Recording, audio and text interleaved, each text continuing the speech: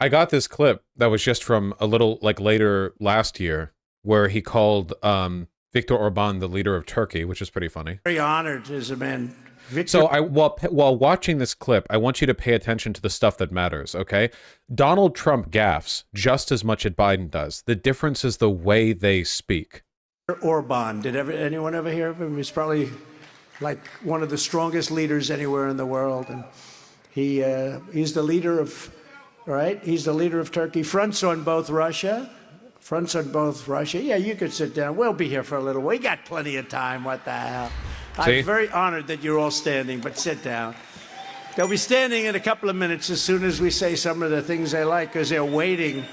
They're waiting for that. But Viktor Orban, and he's the head of Hungary, and he runs it tough. Let me tell you, he runs it properly. He runs it strong with crime and everything else. He runs it strong. And he doesn't let terrorists into his country. Terrorists. They said, what do you recommend for Joe Biden if you could tell him anything? I tell him to resign and let Trump become president, because nobody ran China, Russia, North Korea.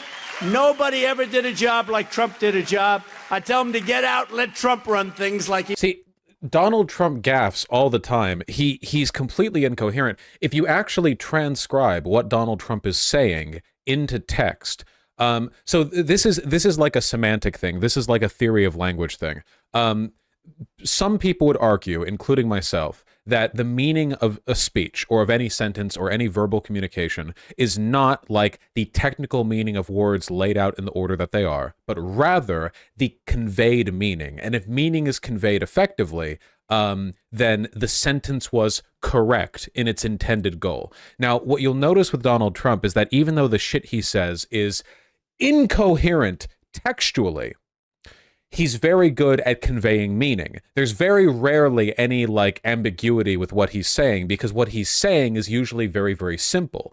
Crime bad, authoritarianism good, this bad. There's not much nuance in what he says. And for that reason, because the message is very simple, it's easy for him to waffle and say whatever the fuck he wants while conveying that same essential meaning.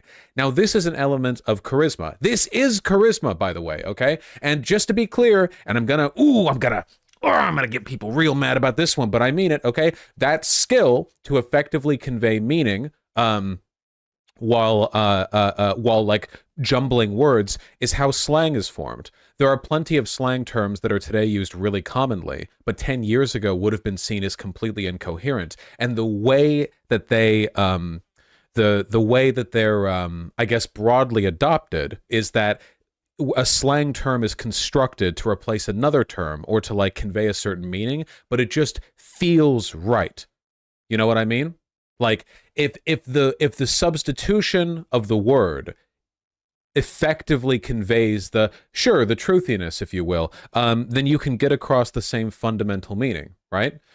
This is the case for all slang. This is the case for slang that originates in, like, I don't know, the Midwest, amidst like farmers, or I don't know, people whose job it is to like pick up crumbs left of the highway overpass from drivers passing by tossing their like granola wrappers out the window, and from like urban POC Black or Hispanic cultures, where, by the way, which is where 99% of slang comes from, because they're cooler than we are, you know.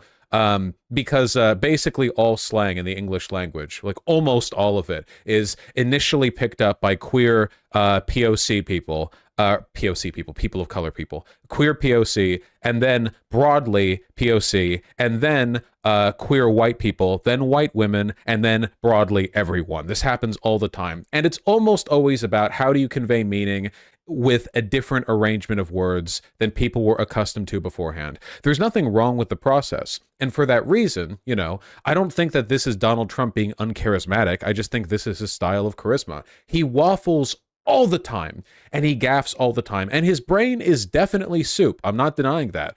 But there's no denying another fact as well, which is that his brain soup doesn't prevent him from conveying the intent of his words, whereas Biden's do.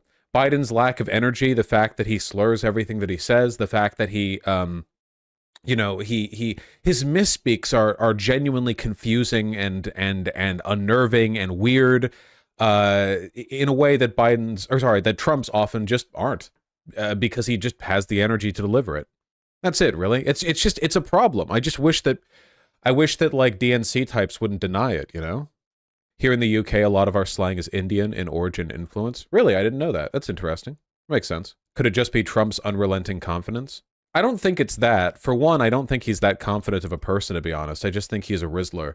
And for two, if you look at how Biden used to speak, he sounds plenty confident. You kind of have to be that powerful politically, right? There has to be some level of confidence and charisma to be any kind of leader on that level, right? You know, Kamala Harris notwithstanding, I suppose. So, yeah, I just think it's age, you know? You slow down. Let me see if I can find a speech from Joe Biden back when he was vice president. Yes, American politicians do also tend to be very old. That is true. Does Biden understand what's happening? I think that Biden is coherent enough to know what's going on. I don't think he's fully senile or whatever. It's just he can't really speak that well anymore. Biden in the 2012 VP debate against Paul Ryan? Sure. Get right to it right now. It's your voice, your vote, which is 25 days. Seen before. It's been done a couple. This one got personal. Jack Kennedy lowered tax rates, increased growth. Ronald Reagan. Now you're Jack Kennedy. Barb after barb. I know you're under a lot of duress to make up for lost ground, but I think people will be better served if we don't keep interrupting each other. Well, don't take all the 4 minutes then. Biden was often dominant. Stop. Give it more than 2 seconds. Maybe a little too dominant.